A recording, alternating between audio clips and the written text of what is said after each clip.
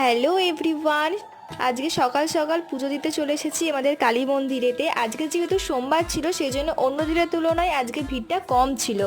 আর মানুষ কম ছিল তো কি হয়েছে, এনারা কিন্তু অনেকজনই ছিল।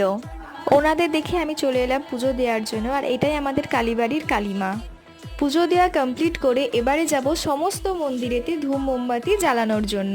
কালী মন্দিরে কালী মায়ের মন্দির ছাড়াও এখানে আরও 7টা ঠাকুরের মন্দির আছে, সেখানে আমি এক এক করে ধূপ আর মোমবাতি জ্বালিয়ে দিচ্ছিলাম। আমি যেহেতু সোমবার পুজো দিতে গেছিলাম সেই জন্য তো মন্দির খুবই ফাঁকা ছিল, আর ভিড়ভাড়ের মধ্যে ভালো করে পুজো দেওয়াটাও হয় না, সেই জন্য আমি চেষ্টা করি সোমবার শুক্রর মধ্যে যাওয়ার জন্য। এক এক করে আমি সমস্ত মন্দিরেতে জ্বালানো কমপ্লিট করে ফেলেছি।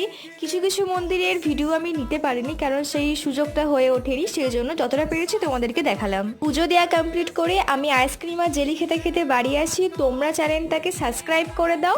দেখা হচ্ছে তোমাদের সাথে অন্য ভিডিওতে। বাই।